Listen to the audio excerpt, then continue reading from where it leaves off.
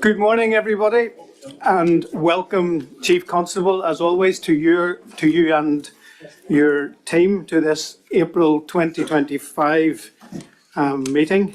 And could I extend a very special welcome to newly appointed ACC Anthony McNally. Welcome to those joining us online and to guests joining us for the publication today of the new policing plan for 2025 to 2030. We're going to spend the first half of today's meeting in public walking through the new plan, which focuses attention to the future and how we want policing and policing oversight to meet the needs of the people of Northern Ireland going forward. This plan focuses on the positive changes that we can make to enable police to deliver the service that the public very rightly expect and deserve.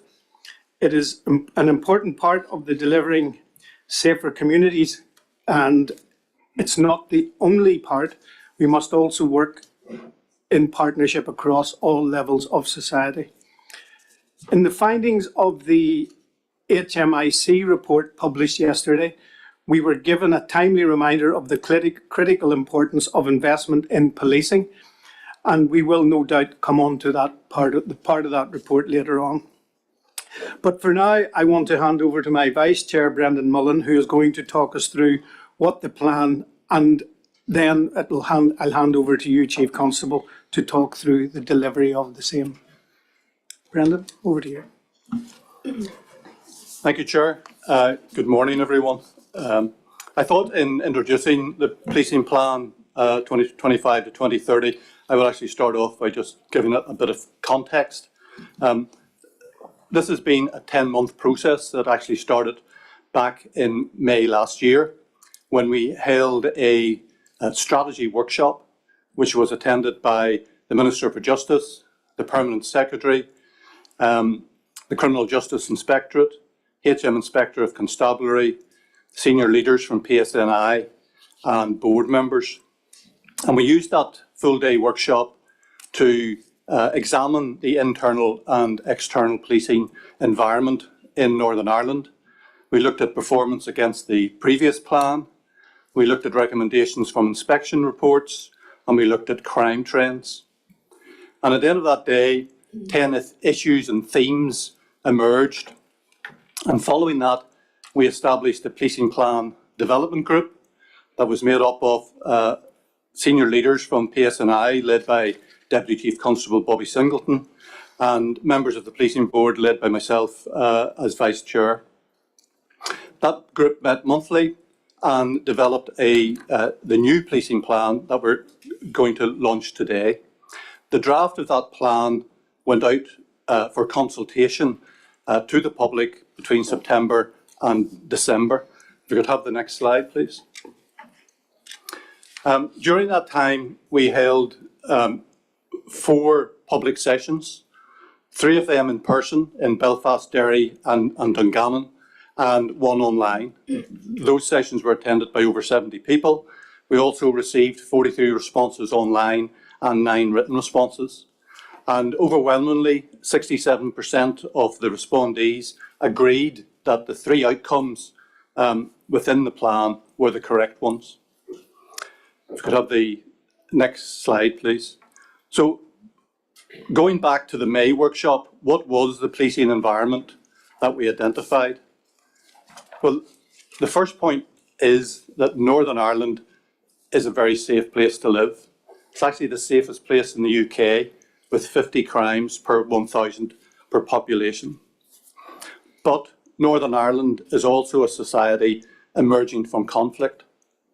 The terrorist threat remains, and the long shadow of paramilitaries persist: drugs, intimidation, and extortion. We've also seen an increase in violence against a person, particularly violence against women and girls. We've seen an increase in domestic violence, and we've also seen emerging issues around hate crime and cybercrime. And all of the above are playing out against fundamental challenges in terms of resources and the impact of that on officer numbers and officer health. Police officer numbers are at an all-time low of 6,300. Overtime is 1.5 times per head higher per officer than similar forces. Core staffing is no longer sufficient to provide operational resilience. The service is under severe stress, and that stress is seen in the levels of sickness within the force. Next slide, please. Now, assimilating all of this, we have set out 3 strategic outcomes and 16 indicators to measure delivery of those outcomes. And our starting point was to support the vision of a safe and peaceful Northern Ireland through preventing and tackling crime and through being a victim, community and workforce-focused police service. Next slide, please. So what are those 3 outcomes? The first is that the PSNI is victim-focused. The second is that we have safe and engaged communities with confidence in policing. And the third is that the PSNI has a representative, valued and enabled workforce. And each outcome has a set of indicators to set priorities and to measure progress. Next slide, please. In terms of outcome 1, the PSNI is victim-focused. The first indicator is effectiveness in tackling violence against women and girls. Between 2019 and 2024, 32 women were killed by men in Northern Ireland, and there were a further 92 attempted murders. The effectiveness in tackling domestic abuse. Now, you might say, is that not already covered under violence against women and girls? Well, it's been pulled out as a separate indicator because 29% of victims of domestic abuse are male. The effectiveness in tackling child criminal exploitation. Sexual activity offences where the victim is under 16 years of age have trebled since 2009, and last year were the second highest ever at 599 offences. The effectiveness in tackling hate crime. Last year saw a significant increase in the number of hate crime offences in relation to race, religion and transgender. And last year was the 4th highest ever in relation to race hate crime. Providing a high quality service to victims. This is essential in terms of building confidence in policing. And then the final indicator, delivery of effective outcomes for recorded crimes. While we've identified a number of priority issues in relation to the previous indicators, this one is a clear recognition that all crimes have a victim, and police effectiveness is judged on achieving a criminal justice outcome for those victims. So we will benchmark performance against similar police services. Next slide, please. In terms of outcome 2, we have safe and engaged communities with confidence in policing. And the first one is in relation to the level of public confidence in policing, which is essential to effective policing. It is the determinant in terms of the engagement with the public and to assist in the detection and the prevention of crime. The next indicator drills down to engaging on the ground with local communities to find local solutions to local problems. Right at the very start, working through the police and community safety partnerships, engaging with the community and other statutory agencies to agree the policing priorities for the area, for the neighbourhood, and then helping to identify and implement solutions. All of that building community confidence in policing. The report from HM Inspector of Constabulary that was launched yesterday commented on the reduction in neighbourhood police officers from 900 to 500. And when you have limited resources, you have to prioritise them. and allocate those resources accordingly. It would be wrong to think that neighbourhood policing is not effective in Northern Ireland. And those 500 officers that exist currently are delivering a very effective service at neighbourhood level. The top priorities for communities, as identified through surveys, are antisocial behaviour, drugs and traffic. And through the work of the neighbourhood policing teams in the PSNI, antisocial behaviour is at an all-time low because those neighbourhood policing teams, having agreed that that's a priority with the community, have been specifically working to target them. The effectiveness in tackling the threat posed by terrorism, paramilitaries and serious and organised crime groups. I've already mentioned the damage caused to local communities by paramilitaries and organised crime groups, and clearly the PSNI has a key role in disrupting those groups. The effectiveness in tackling repeat offending. Repeat offenders account for 22% of all crime. So if we could just reduce the level of repeating, think of the impact that would have on overall crime figures. Now, clearly, this is not a job for the PSNI on its own, and it will require good, effective partnership working with statutory agencies and the voluntary sector. And on that partnership note, reducing deaths and serious injury on our roads. Last year, 69 people died on our roads, slightly down from the 71 of the previous year. A further 939 serious injuries. Overall, the trend for death and serious injuries has been on an upward trend since 2020. So can we work with others? Can we all change our own behaviours to bring those numbers down? And then we'll all be aware of the increase of online crime. So the focus in this plan will be on online fraud, ransomware and sextortion. Next slide, please.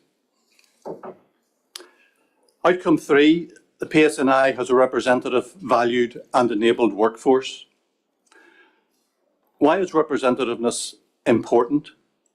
Well, if you are representative of the communities that you serve, you're more likely to actually understand those communities and the issues that they face, and be able to engage more effectively with them and enhance, in that way, have your legitimacy enhanced.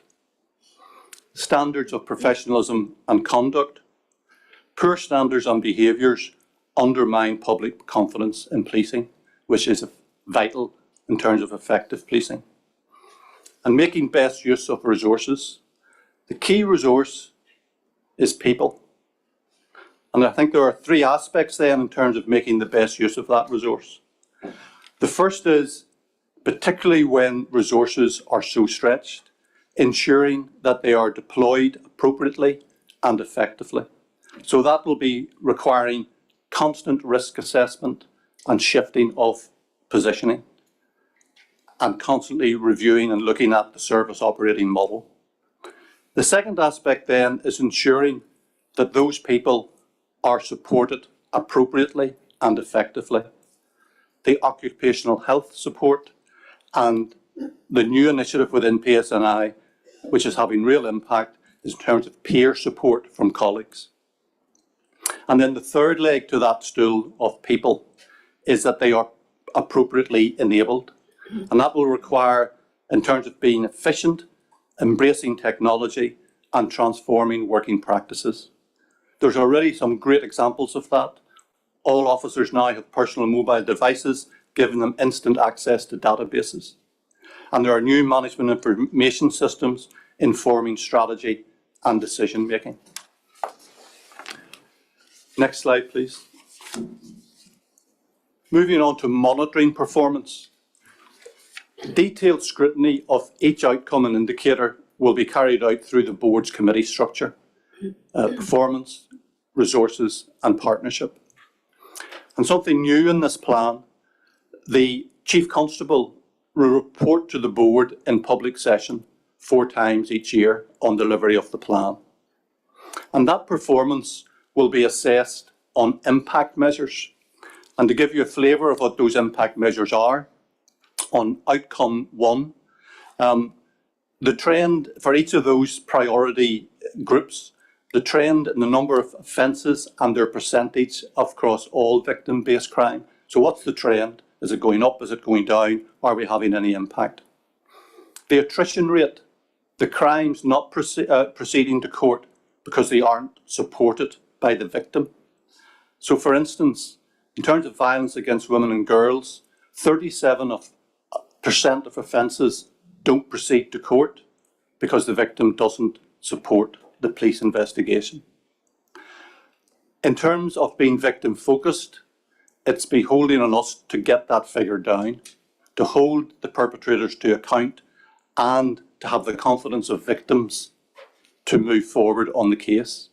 Now, there are circumstances within the wider criminal justice system in terms of the speed of justice that also impacts that.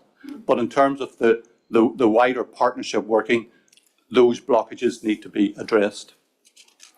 Victim satisfaction with the PSNI, we will, through surveys, ask victims what their experience has been. And then the fundamental benchmark of being a victim-focused force is the PSNI compliance with the Victims' Charter. Next slide, please. Impact measures for engaged communities with confidence in policing. The first one, obviously, is through surveys assessing, does the public have confidence in policing? Number of major disruptions to organised crime groups. In the 12 months to September last year, there were 407 disruptions to organised crime groups. 366 of those, or 90%, were minor.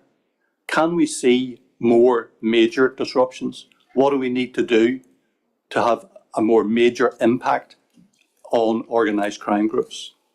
Trends in deaths and serious injuries, again, can we get those figures down? And then trends in criminal justice outcomes for those targeted cyber crimes of fraud, ransomware and sextortion.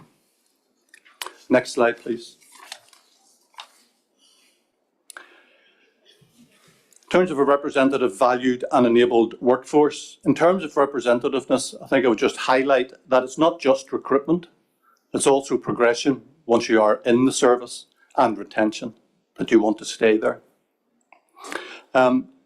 Reduction in absence rates, I think that's a really good indicator of well-being. And not only that, if officers are well, then there are more officers on the ground. Improvement officer and staff welfare will be assessed through workforce surveys. The PSNI will, through their staff surveys, asking, how do you feel? What do we need to do differently?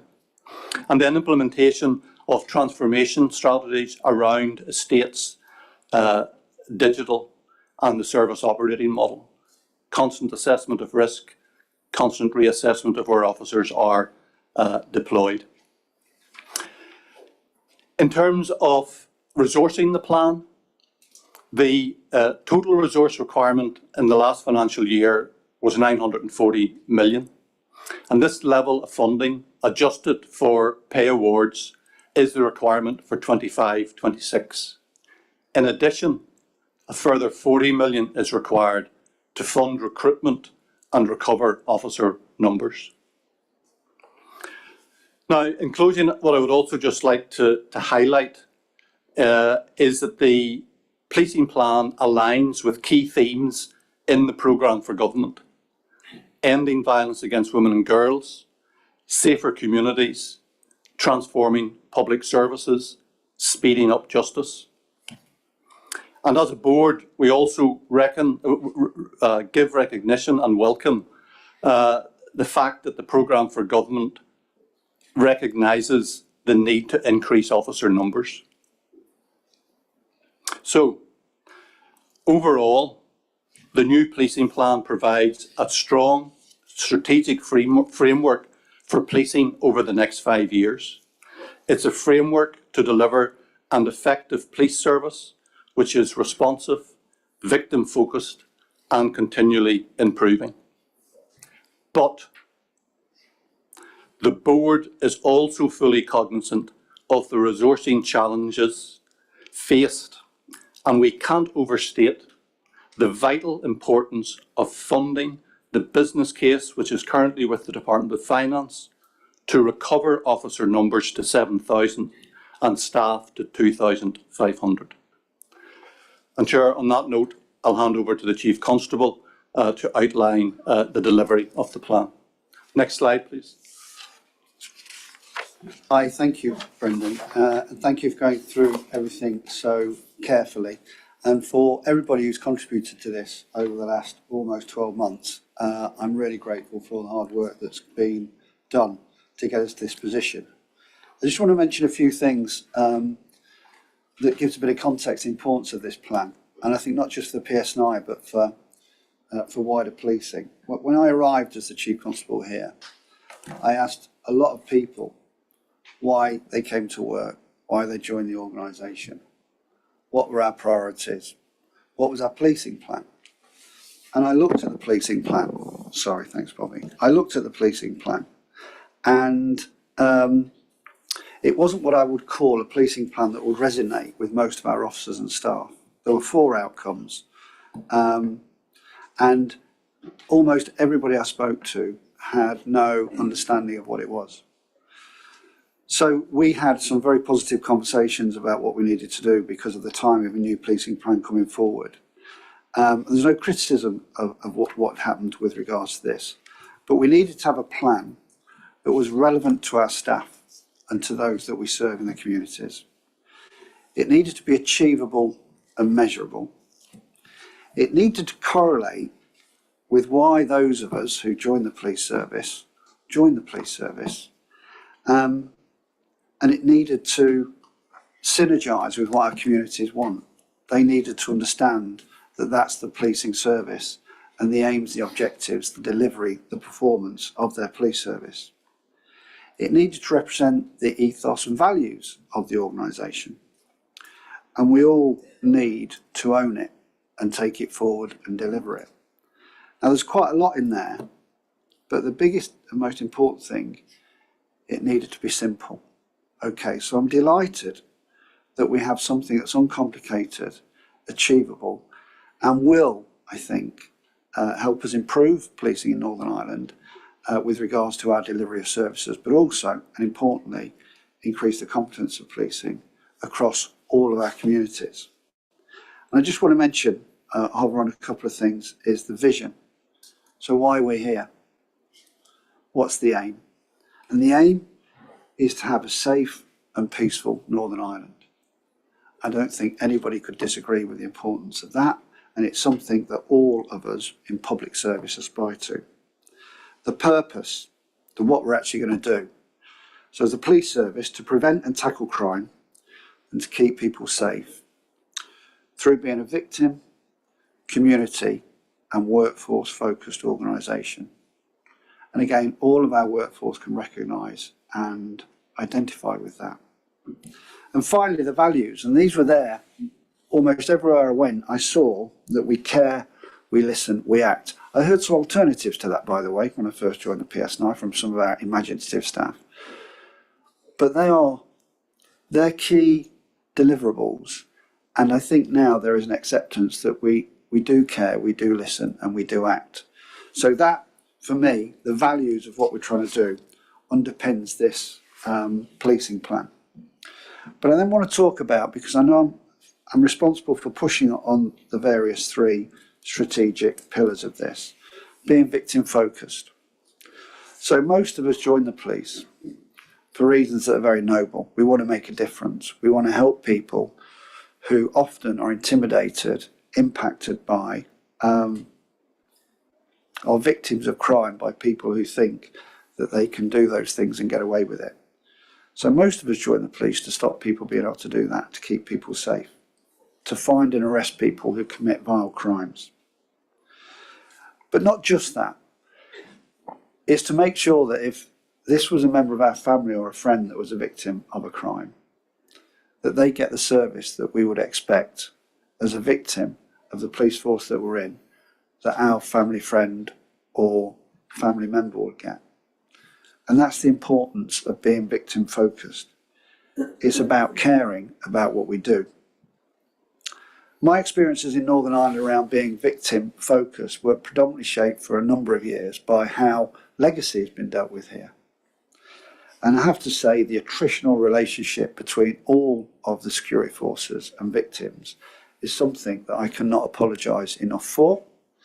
I'm aware that the Brown judgment is out today. From my early feedback from the Brown judgment, I'm absolutely delighted for the family with regards to what I've heard that judgment is. And we are approaching legacy, as many of you will know here, in a rather different way with regards to not just being victim focused, but giving people the information that they long overdue. Specifically though, this plan talks about violence against women and girls. Since being here in Northern Ireland, often we talk about challenges with regards to cultures, standards of behaviour, the way one human being behaves towards another. And unfortunately in society, particularly today, it feels that those standards are rather slipping, and it seems to be a race to the bottom quite often when I see things on social media. But I do have a particular concern, and I know I share this with a number of members of this board, about violence against women and girls, about the attitude, the laddish, outdated attitudes towards women and girls that we see in society. Hence, we worked closely with the board around the power to change communication strategy. So I'm delighted that's a focus that we'll measure with regards to our victim-focused approach. And of course, very closely linked to that is tackling domestic abuse. Something that still, I feel, in society, we need to do far more to address. Tackling also child criminal exploitation here because of what we see in some of our communities and how paramilitaries exploit those who are vulnerable. And of course, what we saw in August last year, and I know remains a real challenge today for new and emerging communities, is hate crime. Hate crime is an issue in Northern Ireland, but it is an issue everywhere, and it's something that we all need to work together to address. The thing about the victim-focused approach is we cannot do it alone. Working with the Victims Commissioner, various victim support groups, and a number of statutory and voluntary partners, I'm determined that over the next 5 years we'll make that victim's journey completely different to what it has been in the past. I talk about Team PSNI. With regards to victim focused, it's going to be Team Northern Ireland to make sure that we get where we need to be. The community focused element, the drive there for me is simply to keep communities safe. That has to be the overriding priority. But we need to be in those communities. We need to be providing the neighbourhood problem solving policing services that people expect and deserve. The report that I'll speak about shortly from the HMICFRS shows that when we are in those communities, we are world class. And I'm confident if you read the narrative of the report around preventing, detecting crime and dealing with antisocial behaviour, we would have got a very strong good, except for the fact we didn't have the officers in those communities that we should have. That's not the officers' fault, that's not this team's fault, that's not this board's fault. I will also say, with regards to those communities, I've referenced paramilitaries. We need to do everything we can in the next 5 years to see an end to the influence, the negative influences that we see the paramilitaries still hold in some of our communities. I also want to acknowledge and respond to the fact that we need to listen to the traditional communities far more than we have, I think, in the past. But we also need to positively engage with our new and emerging communities.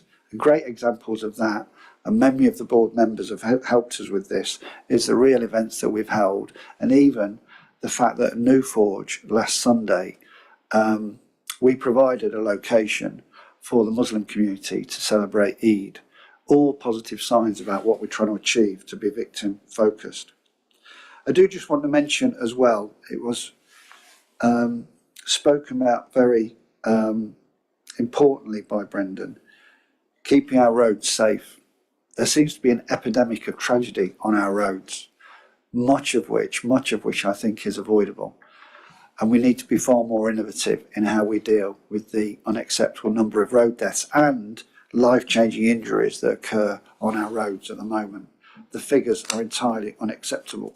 And that's something I think through the process of monitoring the success of this plan, I would like to see significantly reduced. Finally, workforce focused. We have got to look after our people.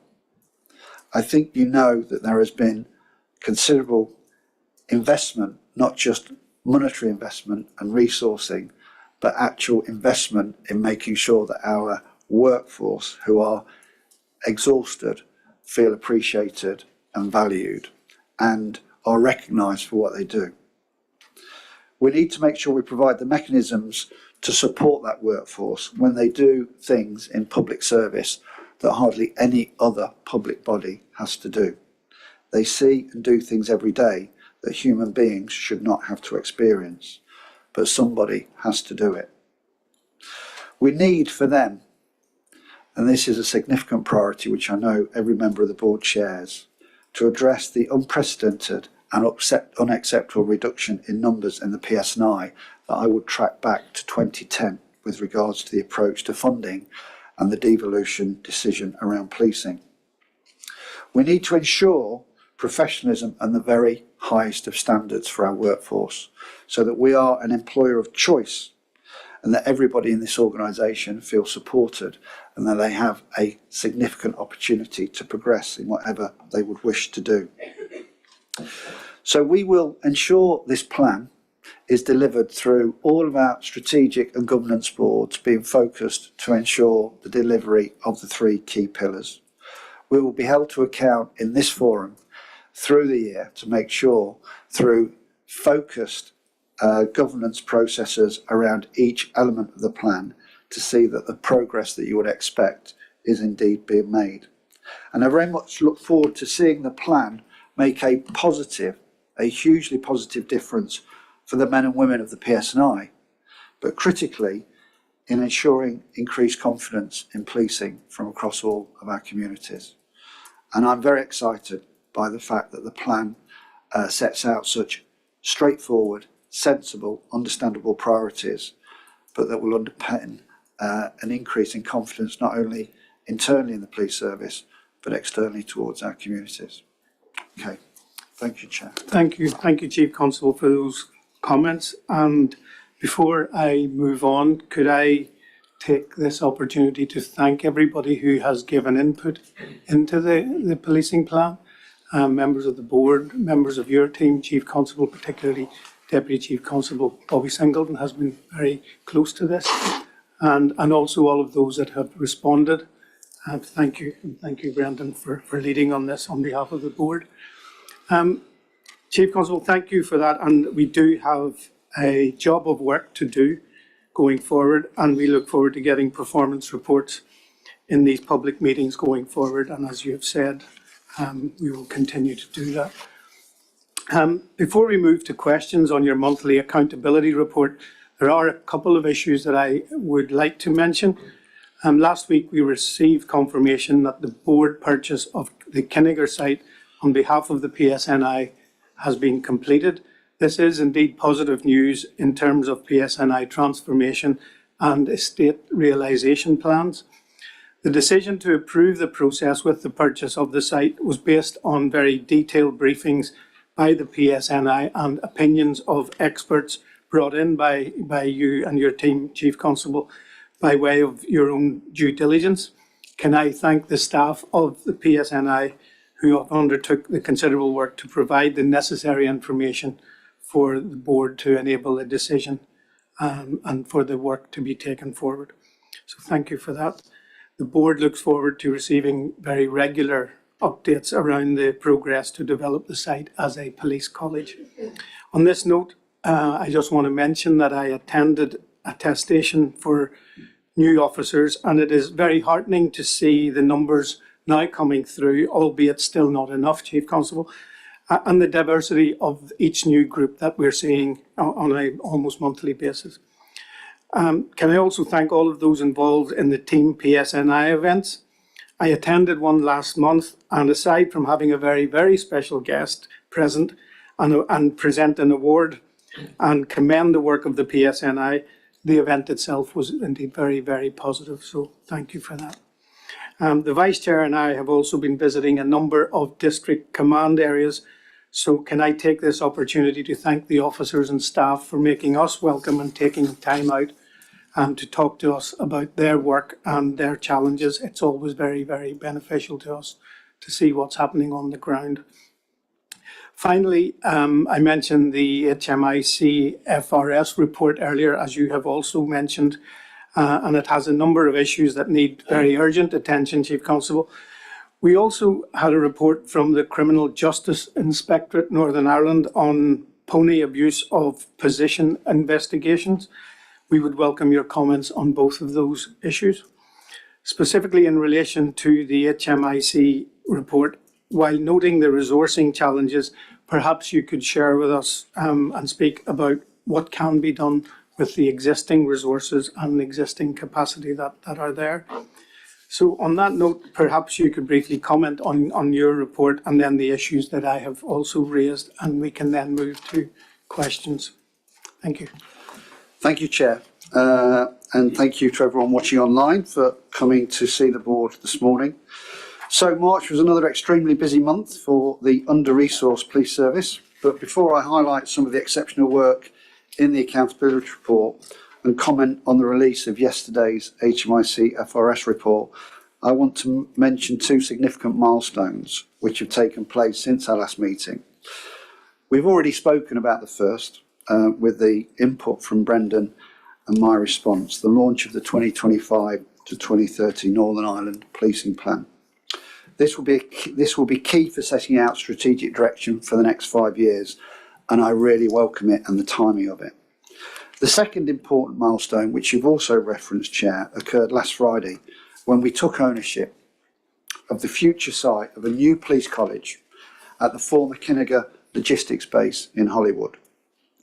The additional capacity offered by this site will be a key enabler, allowing us to invest in our current and future workforce and rebuild PS&I officer numbers for both staff and police officers. With this site in place, we'll now progress our business case for the future police college itself and undertake further site rationalisation in Belfast. I'm really grateful for the board's support in progressing this commitment to policing in Northern Ireland. This purchase is a critical pillar in resetting this organisation and future-proofing the PS&I for the generations to come. It will provide us with a world-class policing college, a crime academy and wider support facilities befitting this organisation. As regards His Majesty's Inspectorate of Constabulary Fire and Rescue Services Inspection Report published yesterday, this report will be a challenging read to some.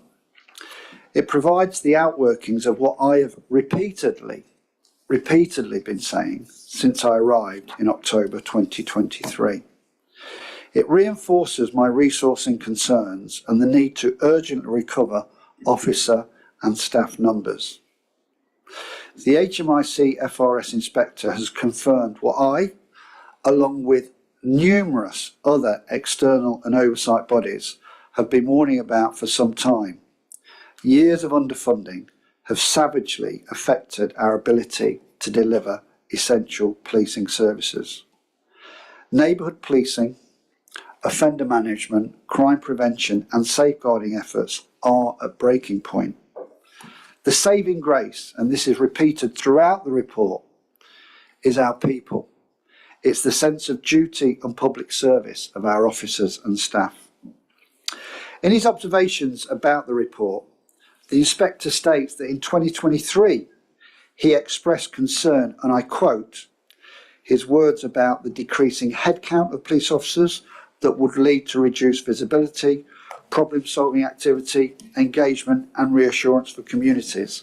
He continued, the service budget for 2024-25 has not improved the situation.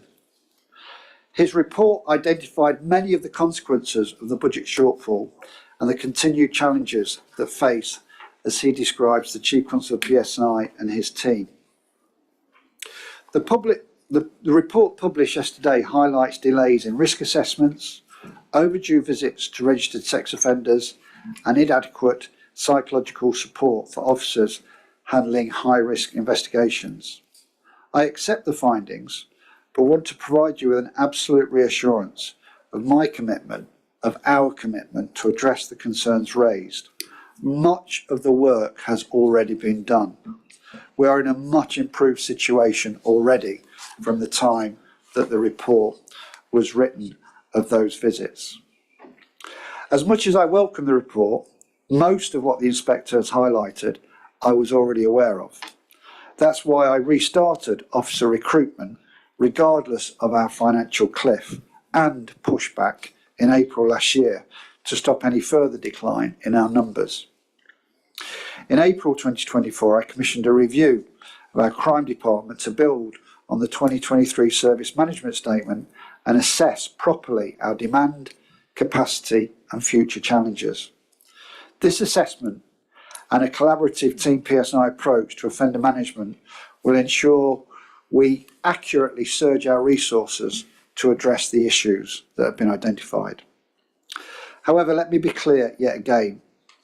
Having failed to secure the prioritisation of the PSNI recovery in the programme for government, that without urgent investment, our ability to protect the public will continue to erode.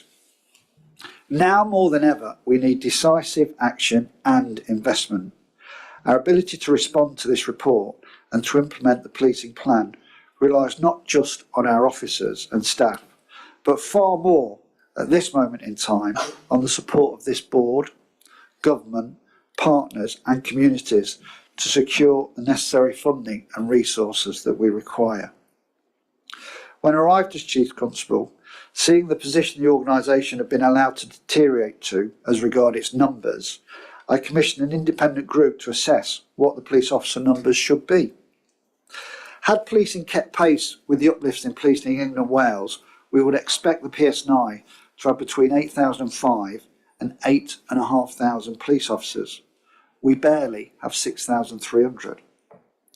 A simple Google search asking the question, what is the first responsibility of government, will elicit the answer. The first duty of government is to keep citizens safe and the country secure. It's time that principle was applied here as it is everywhere else. I of course completely understand the wickedly challenging issues of financing that ministers face in Northern Ireland. They are faced elsewhere in the United Kingdom as well. But since policing was devolved in 2010, the PSNI budget has reduced by 6% to 836 million by 2023. Taking into account inflationary pressures, it's remarkable you have any police service at all. In that same period, 2010 to 2023, the health budget has gone from 3.4 billion to 6.2 billion, an increase of 78%. The education budget has gone from 2.7 billion to 3.4 billion, an increase of 26%. We've gone down 6%. Even a proportionally very small uplift over those years to policing, not anywhere near the funding uplifts provided to education or health, would have allowed communities in Northern Ireland to be much better served by its police service. The PSNI share of the overall public spend has gone from 3.8% in 2010 to 2.4% now, 2.4% in 2023. As we sit here today, the health budget is over 8 billion. I will remind this board of the amount of work that we do in the health space. Ambulance calls around 1,000 a month, and of course there's some 40,000 calls for concern, which are mainly mental health issues. We're not funded for that, we're not trained for that. It's perhaps worthy of hypothesising what grading an independent body such as the HMICFRS would give regarding the funding provided to the PSNI in the period I've described. I suggest a grade of requires improvement, which we receive, the management of offenders, would be far too high on the evidence of what that funding has been, and the likely grade will be the lowest grade the HMICFRS can actually give, that of inadequate. I am delighted by the recent support of the Justice Minister. We certainly now have a very shared endeavour. I was delighted that throughout the report, the Inspector of Constabulary quoted about the positive efforts of our staff. He said, throughout our visits and inspections, I continue to be impressed by the professionalism and dedication of officers and staff serving in the PS9. Their commitment to keeping people safe, preventing crime and providing victims with an effective service, often in the most difficult circumstances, is unwavering. I welcome every word of what Mr. Freeman said, but others with the power to change things cannot continue to take our workforce for granted. In concluding my remarks about the report, I want to make clear that I accept the report and we as a team will address each issue. The officers and staff who work managing offenders and suspects are continuing to do an absolutely remarkable job for which I cannot thank them enough. This is not a reflection on them, it's a reflection on the position this organisation finds itself in. I'd also like to thank Lee Freeman and his team for the thoroughness of their inspection and their collaborative approach. Despite the immense pressure of our resources, my accountability report again highlights some incredible results from PS&I officers and staff that they continue to deliver. Building on the cross-border crime conference we hosted in Belfast on the 10th and 11th of March, our detectives have carried out multiple high-value drug seizures in the past month. An estimated £6.5 million worth of suspected cannabis, cocaine and ketamine were recovered in Mollusk. Just this past week, officers seized a further £425,000 of cannabis from a lorry in Larne and £68,000 of cannabis from an address in Belfast. Over £170,000 in cash was recovered during that operation.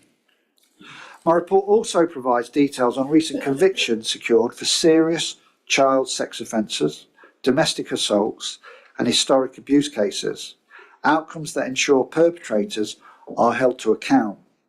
Bringing justice to victims is at the heart of our work. A recent conviction for human trafficking and controlling prostitution in Belfast demonstrates that we remain resolute in protecting the most vulnerable in our society. Again, I was delighted that Lee Freeman repeatedly outlined during media interviews yesterday that PS9 investigations are amongst the best in the UK. The past few weeks have again demonstrated the exceptional dedication, professionalism and bravery of officers in responding to serious incidents. In Derry, Londonderry, our officers working with partners from fire, ambulance and foil search and rescue navigated mudflats and entered the river to rescue someone who jumped in from the bridge. In Portadown, two off-duty officers risked their own safety by climbing over the railings to prevent a person in mental health crisis from jumping from the Charlestown Road Bridge. Every day I hear stories like this. As with any large organisation, there remain a small number of officers and staff who do not live up to the high ethical standards that we and the public expect. I welcomed, you referenced it, Chair, this month's Virginia report to the Office of the Police Ombudsman for Northern Ireland's investigation of abuse of power about concerns and complaints. We've accepted the small number of recommendations for the police service, and these are already either delivered or in the process of being delivered. I want to restate here that any abuse of position by police officers or staff is totally unacceptable and will not be tolerated. There's also been media commentary this month about sectarianism experienced by a former officer. I've been told by numerous Catholic nationalist officers and staff that this officer's reported experience is most certainly not their experience. And I know his colleagues are devastated by and deny the claims, but it is important that I'm very clear on police behaviour. Any sectarian behaviour, any bigotry in any form is completely unacceptable and we will not tolerate it. Everyone can have the confidence to come forward and report bad behaviour.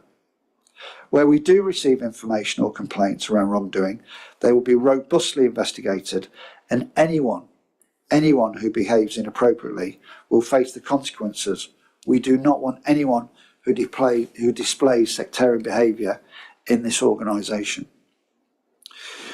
You will also have seen recent coverage of deplorable threats, intimidation and abuse directed at many of our elected representatives. I want to assure this board that this is an issue we take extremely seriously. As the Assembly Speaker said in the Chamber on Monday, there is good and proactive engagement with Assembly and parliamentary officials and the Electoral Commission about elected representative safety.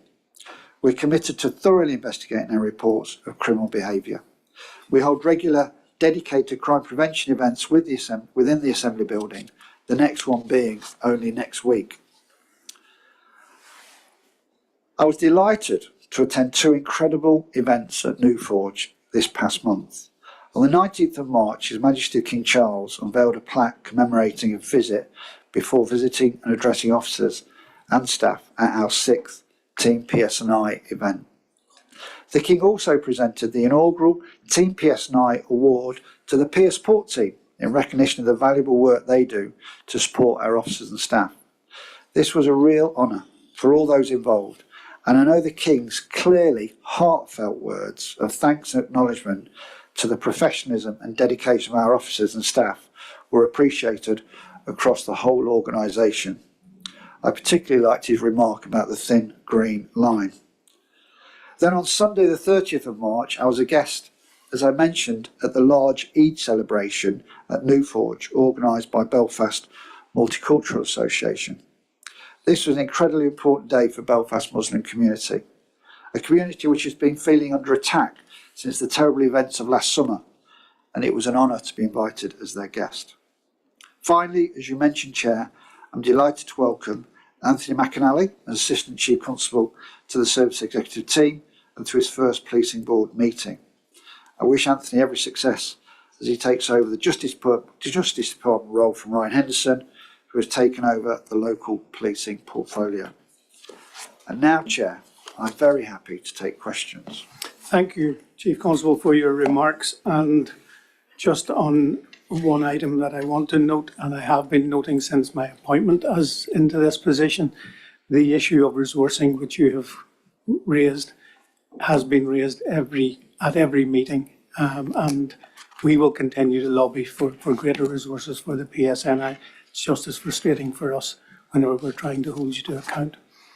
I'm going to move now to questions. The very first question is from Cheryl Brownlee. It's a question on the HMIC report, and it's linked to a recent visit that some members made to the cybercrime unit. And just before I pass on to you, Cheryl, could I thank your team at that unit for facilitating that visit. Members found it very, very useful. Cheryl. Thank you, Chair, and thank you, Chief Constable, for your report there. I just want to reference, obviously, the HMIC report, and I appreciate the comments that you have made so far. Within the report, it did highlight several areas of concern in respect to offender management, particularly in respect to violence, sexual offences and child abuse. And it detailed the delay in processing records, the lack of effective management of offenders of the Violent and Sex Offenders Register, delays in processing of child abuse images and electronic devices. And obviously this is incredibly concerning, particularly for competence in policing for potential victims that could come forward, but also victims in the system at the moment. It was during this visit, and it was a very beneficial visit to the Cybercrime Centre. We've seen both the routine and obviously the very high profile work, the difficult environment that officers are operating in, and obviously the resource and challenges that were clearly there as well. So I suppose my question basically is, what steps is the PSNI taking so far to investigate these backlogs and improve support for victims of sexual and violent offences? And how has this improved since this report was written? So thank you for the question, Cheryl, and I'll hand over to Dave in a minute, but it's probably worth just me mentioning that with regards to the number of offenders that are captured with regards to the management of violent sexual offences, those number have increased by 123% since we started the arrangements to manage them in 2008. And the projection is that that number will have increased by 145% in 26-27. And the reason I mention that is that at the beginning of this meeting, Brendan rightfully said, per 1,000 people, 50 people in Northern Ireland are victims of crime, which is an incredibly impressive statistic. But crime's changed. We often mention that. I think this is one of the challenges with showing the executive why we need funding. I think they look at that metric and think, well, it's safe to live here. We have got more complex offending in Northern Ireland than I've seen in England and Wales. And the challenges and the investment required to deal with that complex offending is something the funding for this organisation has nowhere near kept pace with. So that gives you a sort of understanding. To reassure you, in the report, it talked about there being 630, because it's a snapshot of a moment in time, 630 outstanding visits and risk assessments at the time of the inspection. As of the beginning of this week, that's down to 318. So we are managing them, and the inspectorate would accept that we really triage those very carefully. And something to give you a sense of the people who go on this register, if you urinate in the street and you're seen by police officers doing that, that's seen as an offence of indecency. So we have to visit that person once a year. But if they're just loutish, drunken behaviour, so there's some of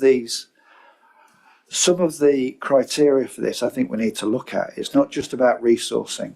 And because of the incredibly dramatic effect of the report, it's important that we put some context into that.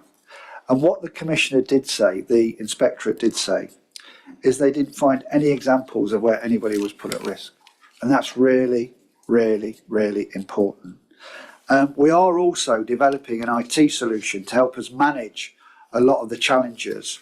And I know we often talk about AI and our ability to manipulate and exploit technology to assist us in this area. There was also a backlog of inputting on the Visor management system. So that's the Violent Sexual Offender Register system. That backlog is now gone. Okay, so we've addressed that backlog.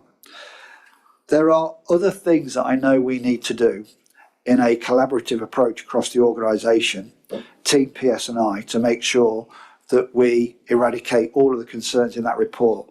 They will be managed through Performance Board, that the deputy chairs and all of our strategic governance boards are focused on making sure, so even it's about resourcing, where we might have a RAM meeting to make sure that we're resourcing what little capacity we've got into addressing these issues. But we were already, I promise you, doing a lot of that work. Let me just invite Davey, and only because there's a lot in the report, what I will underscore to you is that we will come through Performance Board here, having done this through our own mechanisms of governance structures, to provide you with absolute assurance that anything on that report that registers a concern, we can explain what we've done with the resources we've got to mitigate that concern. Okay, and I'm happy to revisit that in a future board here under the new structure. Davey? Yeah, thanks, Chief, and thank you, Cheryl, for the question. And yes, the report is quite detailed, so it's difficult to go into all the elements of it in this forum, but happy to pick that up with Performance Committee in due course. But I think, as the Chief indicated, there are a number of key issues that I think we should identify and draw out today. And you've got a bit of context in terms of the demand. So in essence, when we would look at offenders within the community, you know, we have over 2,000 offenders in the community. Those are people who we have investigated, we have taken through the courts process, sanctions have been fully utilised, and then we, with our partners, will manage the risks that those people present. So that gives you an idea in terms of the quantum of that. As the Chief indicated, you know, at the time of this inspection, there was a delay and a backlog in terms of some of those visits. We surged an operation to address some of those issues over a 6-week period, and reduced that overall backlog by around 57%. What does that mean in real terms? It means that over that 6-week period, we conducted over 1,100 visits for Category 2 and 1 offenders, so they're the lower risk offenders. Outside of that, for the Category 3 offenders, which are the highest risk, and there's a very small number of those in the community. Currently that sits at about 17. We conducted 71 visits in respect of those 17. So I wouldn't want people to read this report and think we are not doing this work. It is being done, but clearly as the demand has increased and we have not had the capacity to increase our resource to meet that demand, clearly we're left with managing the outworkings of that, and that's what the risk management process is about. But that surge also identified, the other demands that are on those teams, and during that period we managed just under 400 other requirements, notifications. So, for example, travel notifications, address changes, and indeed other bespoke notifications within the cohort that we addressed within that. We also detected in the region of 35 offences during those visits. So again, we're proactively detecting those breaches, and as a result of that, 14 people were charged with offences and 12 of those were remanded in custody. So we are keeping people safe across Northern Ireland in respect of these types of offending behaviours and risks. But also during that period, 53 new offenders were brought onto the register that need to be managed. So again, that gives you an indication of the continuing requirement to visit those that are subject to these requirements, but also perhaps some of the success that we have in terms of bringing people before the courts, who will subsequently then come on to the requirements for notifications and visits. And we will continue to do that. And certainly if you look at the Chief Constable's report, pages 14 and 15 outline some of those successes that our officers in Public Protection Branch have made over the last just month in terms of taking cases through the courts. So I would place on record, my appreciation for the really hard work and dedication of the officers that work in those really difficult, complex, challenging areas. This is about risk management. This is not an exact science, and it is about applying that judgment in terms of the risk that these people present in the community and managing that as best we possibly can. But clearly, as the Chief says, there are areas for us to learn and move forward on in respect of that. There are also multi-agency elements to offender management, and again, we will continue to work with all those agencies to streamline those multi-agency processes. We have a number of recommendations that are outstanding from the Papani Demand Review, and we anticipate that a task and finish implementation group will be coming to completion by the end of 2025 in terms of those wider multi-agency processes. But we continue to work in respect of those, but we cannot address all those issues on our own. We need the support from other agencies as well. And it's something that we may need to escalate to the Minister to determine how we proceed in terms of some of those issues if we don't necessarily get the support from across the other agencies. You mentioned the cyber element, and thank you to those members who did visit the cyber centre. I think when you see the work at first hand, you start to really understand the complexity, the demand, the issues, but also the hard work and the dedication of the people that work within the cyber centre. So we are committed to our cyber transformation plan that again was mentioned during that visit.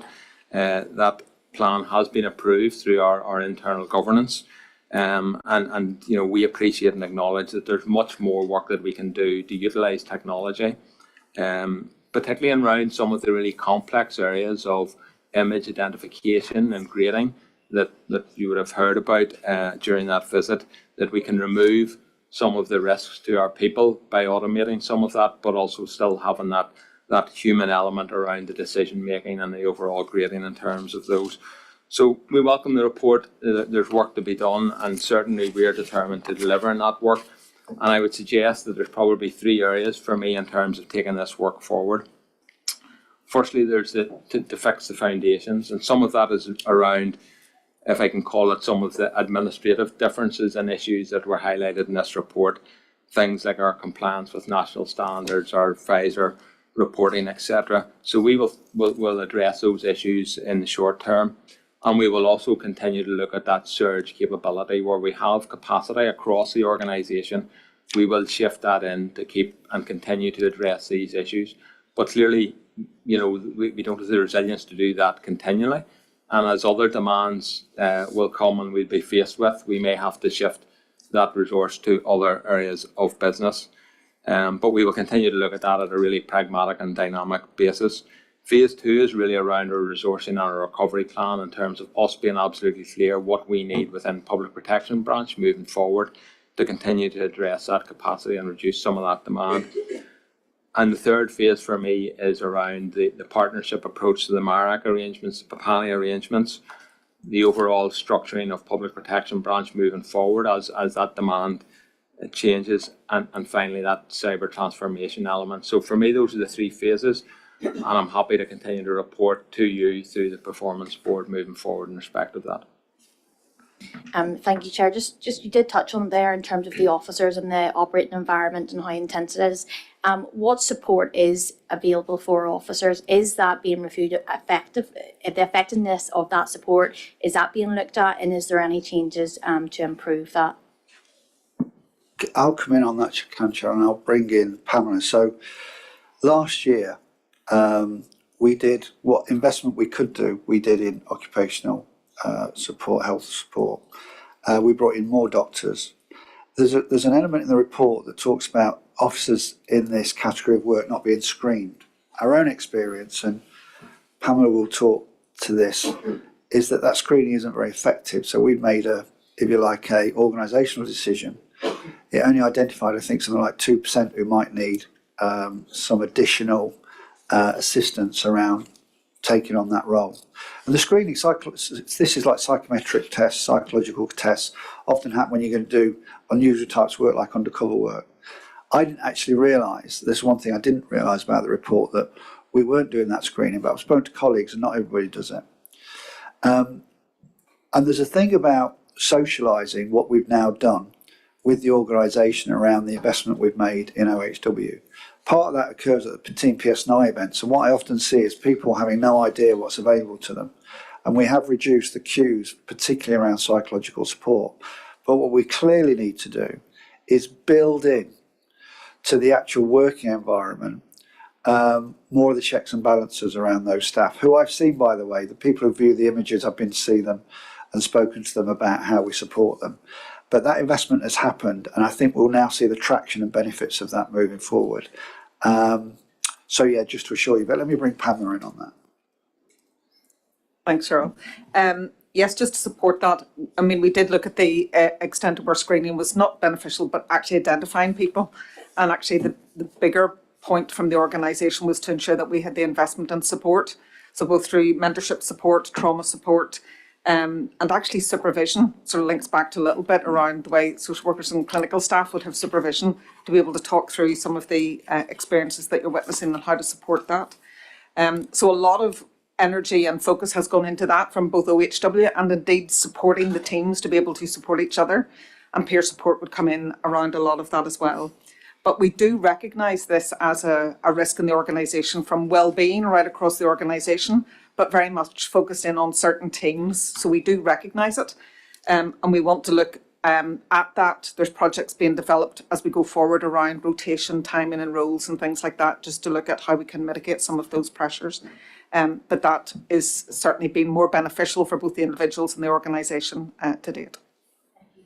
Thank you, Pamela, and we look forward to seeing how those are developing. Linda, I think you have a supplementary to this.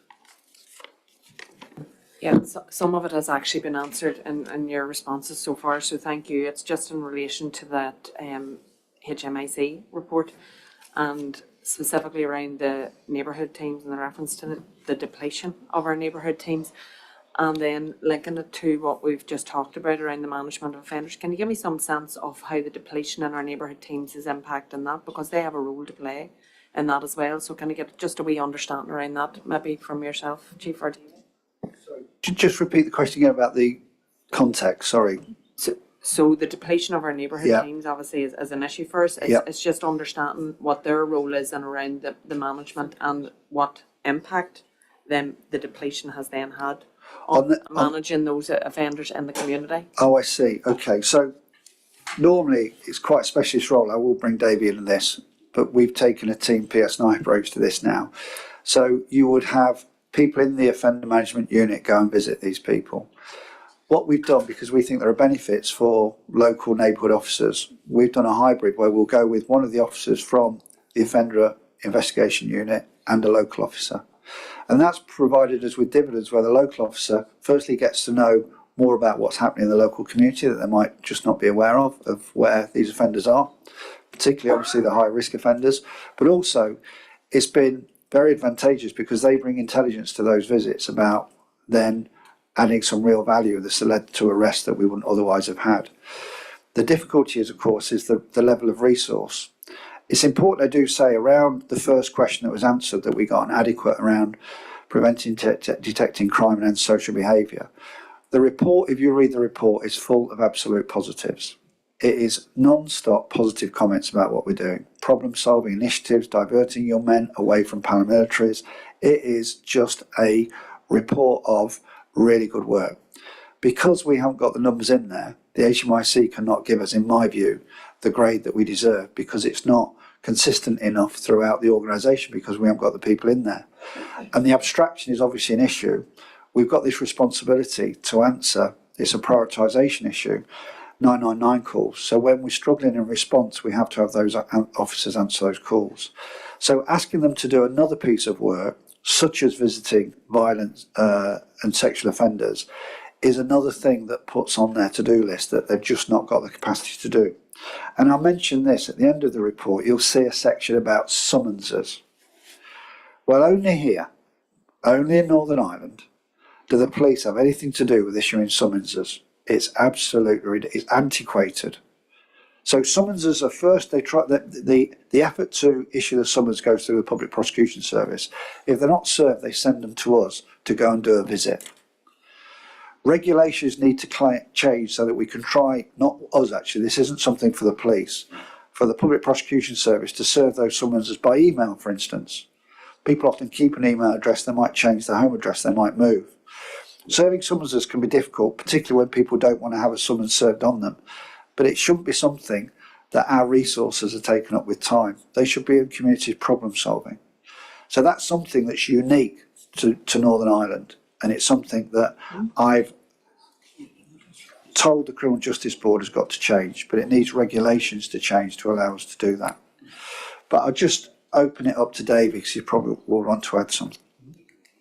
Yeah, thank you, Linda. And I suppose the first point I would make is that the actual visits that are being referred to here are conducted by specialist officers within the offender management unit, and that's right and proper given the really high risk issues, the potential manipulative activity that these people will present, but also some of the risks around this and the requirement for that really refined professional judgment that those officers have to make.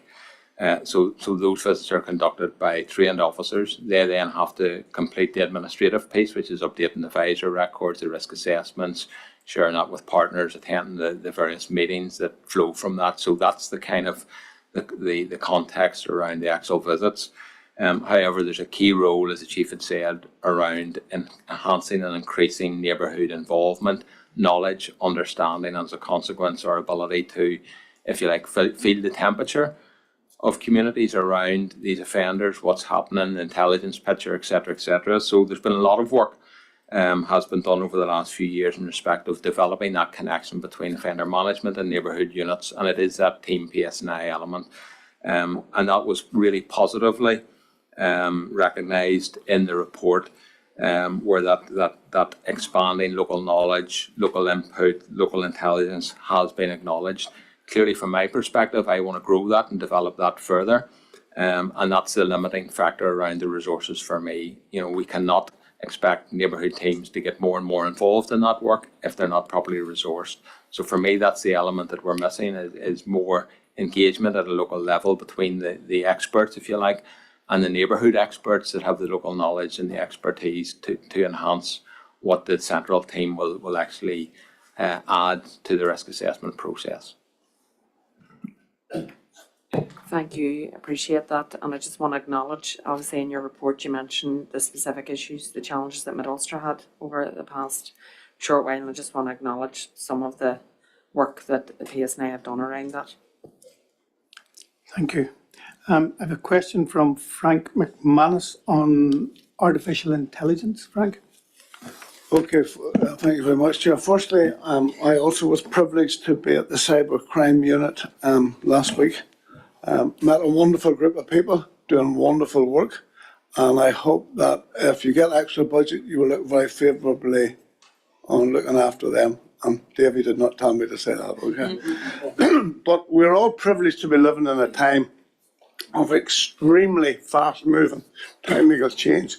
And firstly, setting cost aside for a second, what benefits and indeed dangers do you envisage emerging from technology that it will have on policing, crime prevention and detection, and data sharing?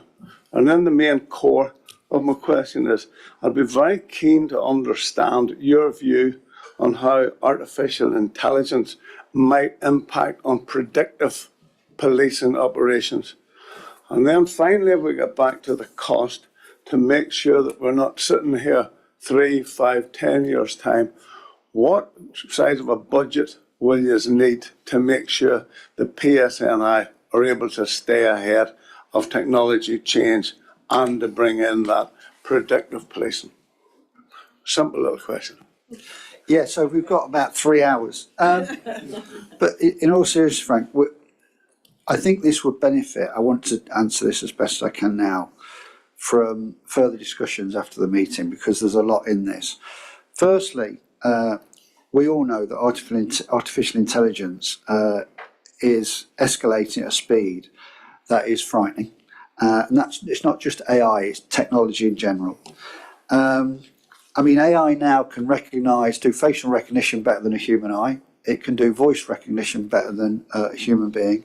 It can pass exams better than a human being. So any business school exam tests, AI will pass those tests better than a human being.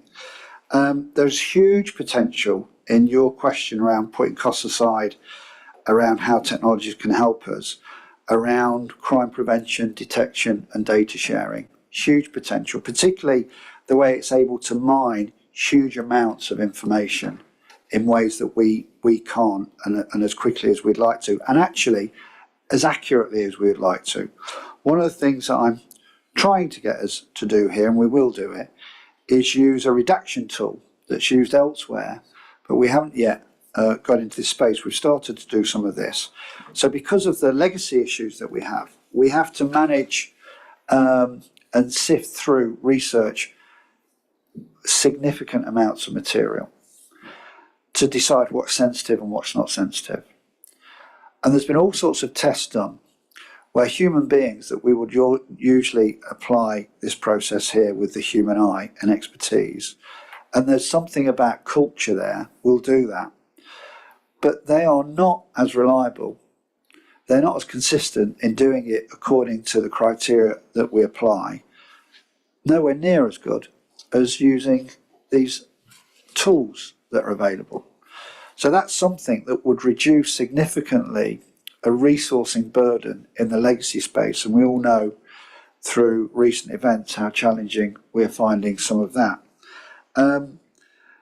There are concerns though around AI, and I think John's probably here somewhere, John Wadham, because there can be prejudices built into the AI unless you are incredibly careful around the algorithms, around how you might use it.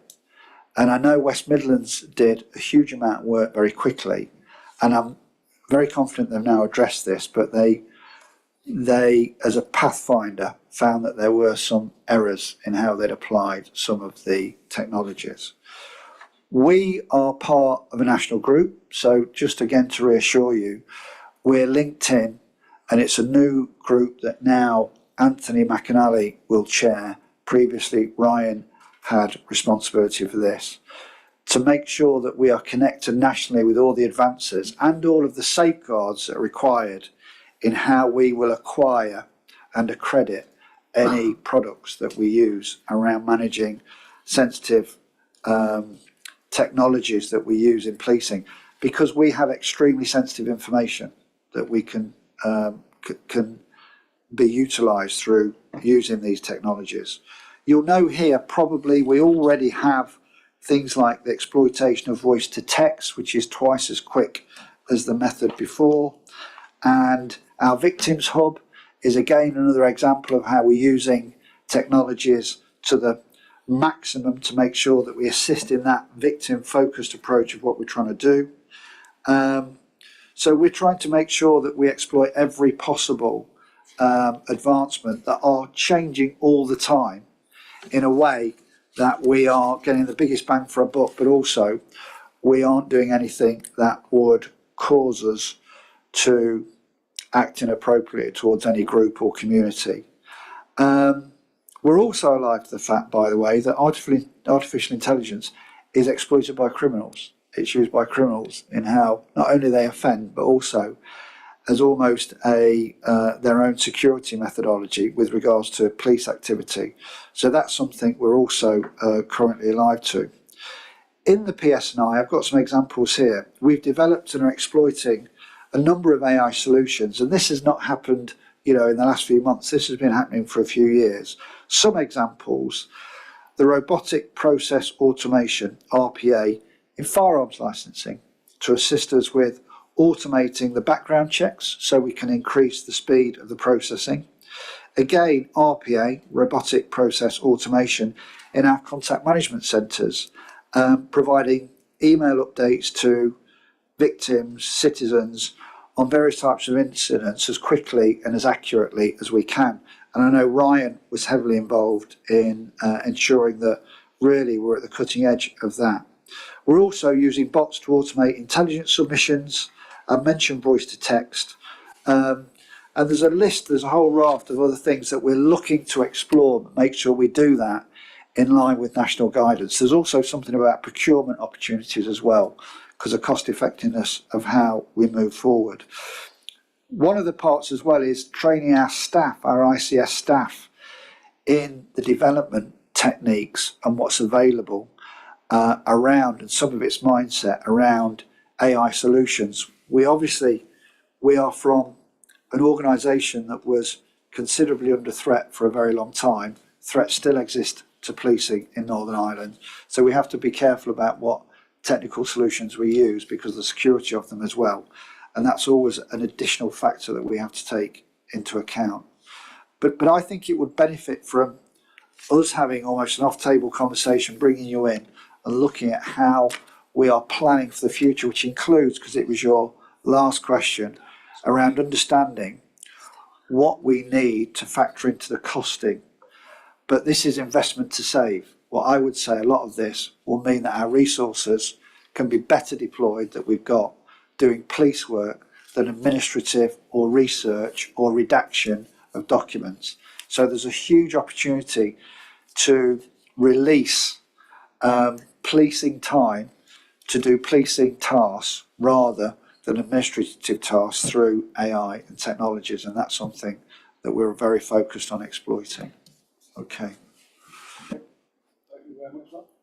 Thank you for the response. The next question is from Les Allamby on the decision of the PSNI to suspend sensitive research in some matters. Les? Thank you, Chair. Yeah, it's another practical outworking of the resources issue. In light of the PSNI's difficult decision to suspend all sensitive research in court-based work, including civil cases and inquests and RIR requests for 6 months, in order to meet the statutory request for a significant, substantial amount of information in a timely way in the Omagh inquiry. Could Chief Constable, you outline what the exact impact will be, including the likely numbers of cases affected and the consequences of that decision? And can you give us a sense of how many researchers were originally working on this, along with lawyers and officers and administrative staff, and how many you've had to transfer across, so we can get a fuller picture of the ramifications of the decision. Yeah, listen, thank you for the question, because I'll say this, and I think everybody here knows my personal commitment to legacy families and what they've endured, and how we, as institutions, all of us, the establishment, have taken what I think is an outdated cultural approach that I will continue to challenge in the courts and practically as the Chief Constable of this organisation. And I will say, this isn't a solo run. Everybody in this table agrees with the approach that we're now taking. It's important to say that the Omagh inquiry is such a crucial inquiry for Northern Ireland. The time it's taken to get to the position that we're now in and that the families are now witnessing is something that it would be untenable for me as the Chief Constable here to preside over any delay in what Lord Turnbull requires for that inquiry. We have had, having expected obviously and planned for a number of requests around information, we have had a significant additional number of requests from the inquiry, which we are not criticising, because the important work of the inquiry is something that we support, that we didn't expect, and we cannot countenance delaying that inquiry. So that's why we have had to surge our resource, and I'll talk about numbers in a minute, to deliver on the requests. They are in relation to a significant number of other incidents and attacks outside of the Omagh attack that obviously the inquiry feel they need the requisite information on to satisfy the terms of reference of the inquiry. It's also important for me to say that every day is a school day for me here. A lot of the cases I look at in the civil courts, in the coronial process, have been running for many, many, many years. That in itself is unacceptable, and I hope people are listening to this in this room and elsewhere around how this has all been managed in the past and this resistance to change of approach. Many of those cases will not be affected that are in the courts by our removing of our sensitive researchers and case managers into doing the Rule 9 request for Omagh, because we can still do a lot of work to ensure that those cases are uninterrupted because of the slow nature of this through the courts. So anything that doesn't involve sensitive material, anything where PII is already advanced, will continue in the normal way. I am also seeing the Lady Chief Justice and the presiding coroner around making sure that from this, actually, we as an organisation come up with a modelling plan to improve how we've done this over recent years. So the surge response, by sequencing cases both through the civil courts and the coronial process, I would suggest will probably result in much, much, much better and quicker outcomes at court overall. And that's something we're looking to do. And by the way, that prioritisation might depend on a number of factors, but including, are next of kin likely not to survive the next number of years to know what's happened? So let's get on with those cases and search. I also will remind everybody that we are not funded for this. When I came here, I was told we have to accept the funding for this. There was an agreement done in 2010. I can't find any agreement, and nobody can tell me about any agreement. So I've told the Secretary of State I'll be writing to him, and I know he's got an incredibly challenging job. But it appears to me lots of focus has gone into the ICRIR, almost exclusively about legacy. But there are a number of other limbs to legacy, including, of course, the PSNI. And what's not lost on me at all, and we've talked about recruitment at this meeting on a number of occasions. Legacy is a huge factor around recruitment from the nationalist Catholic community. And the fact that we haven't done everything we can to resolve legacy in the way that we would all want, and or achieved outcomes that we'd all want, is again something that I think shouldn't be lost on any of us, and we need to focus on that. So in short, I'm hoping it will have little effect on specific cases, and what I can't do is give you the consequences now on individual cases, because some of that we simply won't know. What I hope families realise is that in the medium to longer term, this won't affect their cases. It's not that we're being difficult or in any way trying to avoid them getting information. The opposite's the case. We're trying to give a much better service to those victims and more quickly. With regards to the numbers, what we have on the Omagh inquiry from the non-sensitive team, the initial resourcing that we predicted we'd require was a detective inspector, a detective sergeant and 3 detective constables. We've now increased that as a temporary uplift with an additional DI, 2 DSs, 7 detective constables and 2 further police staff members. So that's the non-sensitive. From the sensitive team, which we had a DI and 3 DCs, detective constables, we've now added the following: a detective inspector, 4 additional police staff members, another detective sergeant, 8 detective constables, 22 EO2 grades to assist with the research of the material, and 9 further ASOs, which is another role to provide the material that's required. And the legal team, we have an internal PSNI lawyer on it. Obviously, we have a senior KC and 2 junior barristers. And we are looking to increase that team. And I'll just mention, we're not funded for legacy. So when we're just under 400 officers short in our local communities, you can understand why I think potentially the executive has looked at crime in Northern Ireland thinking we don't need to fund the PSNI, we'll make decisions around health or education, and no one seems to have appreciated the sophistication of the challenges. Now that might be our fault, I don't know, but we are determined to communicate the sophistication of the challenges. We think Omagh is probably going to cost us around about £12 million. We do get some funding for inquests. I think it's £3 or £4 million a year for inquests. I'm looking at Mark, additional funding. Obviously that doesn't even go near what it costs us to service the requirements of those inquests. So I've made it known to the various parties. Obviously I've written to them around our particular surge on this issue of Omagh, but I'm looking to come up with a sequencing model to deal with civil and coronial cases with the support of the various stakeholders, including the courts, to try and actually produce and provide an overall better service for those families. Okay.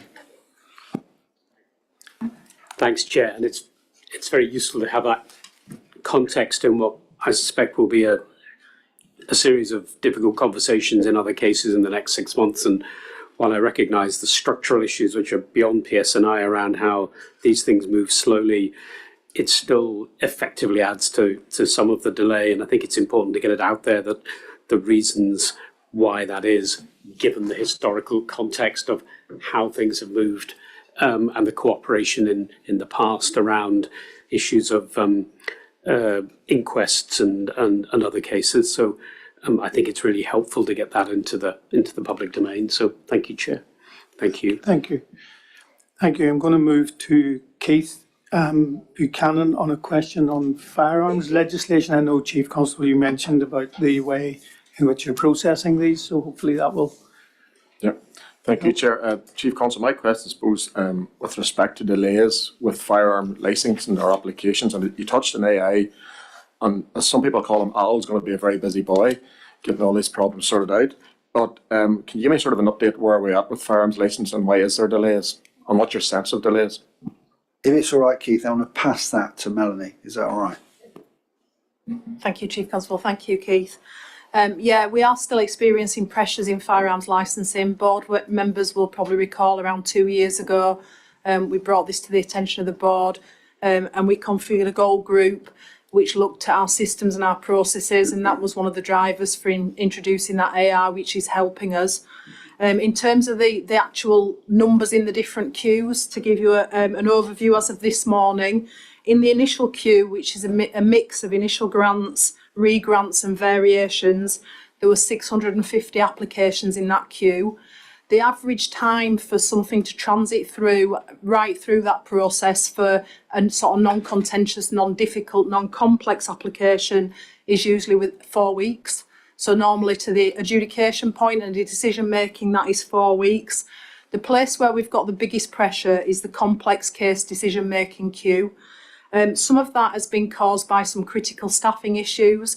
We are currently recruiting an additional 2 staff members to help with that complex case decision making, because it needs to be a more senior staff member who assesses and makes that decision. There are around 900 in that queue at the moment, and the wait time in this queue can be anything up to 17 months. So it is a considerable wait time in that queue.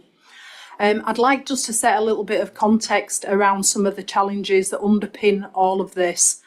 So the last time that we looked at firearms licensing fees was when the firearms order came in 2004.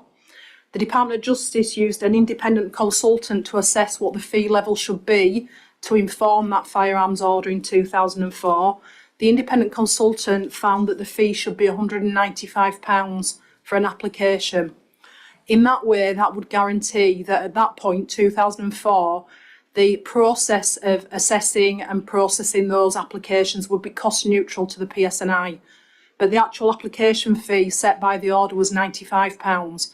So since 2004, this has never ever been cost neutral to the PSNI in any way, shape or form. So we've always had a demand versus resource challenge. There has been a recent review in England and Wales, which has led to an uplift in the fees. They did a very detailed piece of evidence-based work as to what the fee should be in order to make it cost neutral to police forces. That evidence base was created across 33 different police forces, and the fees across England and Wales have just increased to £195. So if we are going to make it cost neutral, I am in discussion already with DOJ around seeking to have the fees uplifted to make sure that it is a cost neutral function for policing. I do realise that the sporting community will have, a very strong view on this. It might not be an easy process, but it is also worth pointing out that we do, per head of population, we licence a lot more firearms than the rest of the UK. So there is a lot more demand coming into the system, and also the complexity of that demand is slightly different because we licence handguns here, which is not done in England and Wales, which obviously bring an increased threat and need a lot more due diligence. So it is a complicated arena. We have got significant staffing issues. We have done a lot around systems and processes to try and reduce that demand, but the pinch point is still that complex case decision-making queue. So just to quickly come back on the complex case, obviously the 4 weeks is fine for an average application. Nobody's going to have an issue with that. So with the AA and the additional staff, and you're talking up to 17 months currently for those 900 complex cases, where do you see that timeline being with the additional staff you're going to put in and AA? Yeah, I think it's hard to say there's a one-size-fits-all. A lot of the complexity is really around health and the requirement for medical reports. And we do get significant delays seeking those medical reports that need to inform that decision making. There is also an awful lot more background to do around the complexity of people's home and domestic circumstances, because clearly we've got to have a reassurance that there is nobody in the house that presents a risk. And people tend to live in much more complicated households now with a lot more vulnerability. So once the resources is in place, I do see those queues reducing significantly. But really, the utopia on this is that we have a fee system that pays for the discharge of the function, and we're able to resource that function appropriately. Thank you, and thank you for the response. Sorry. If I can just come in on that. Sorry, Melanie. It was my understanding that about 18 months, 24 months ago, we agreed at a meeting here to support you in a case where the issuing of licences would support itself and break even. And is that still going on, or is there something that the chair should be rewriting to that, or engaging with the DOJ? when money's scarce, you certainly don't want to be wasting it on issuing a licence. Yes, that is the case. I had a meeting in the last week, 2 weeks, with Department of Justice. It will need a regulation change, so it will need legislation to allow the fees to be varied. Department of Justice have indicated that they would want an independent evidence base as to what the fees should be, that's separate to the one in England and Wales. That will again take time for us to develop, which we have scarce resource to do. I did put the challenge to them that with a 33 force England and Wales evidence base, did they need something separately? They have said that it's still preferable to have something separate, and then that evidence base will then inform the discussions that will help to change the legislation, which will help us uplift the fees appropriately. Okay, we're short of time, just keep it very quick. MLA firearms licence, how many licence holders is there in Northern Ireland roughly? I'll have to come back to you on that for the exact numbers. Thank you. I'm going to ask Nuala, do you have a question, Nuala McAllister, on the release of information? Yes, thank you. It is a relatively brief question around Information Commissioner's Office and rulings that were made with regards to FOIs and the PSNI refusing to release information in all instances in relation to Jonathan Cresswell, and whether the PSNI will now abide by the rulings and release the information, or are there additional, will there be additional case put forward that they do not need to release the information? My understanding is they relate to December 2024, January 2025, and a most recent refusal to answer FOIs in the past number of weeks. I just think, is there a strict criteria, or is it is it a subjective basis on which to answer FOIs?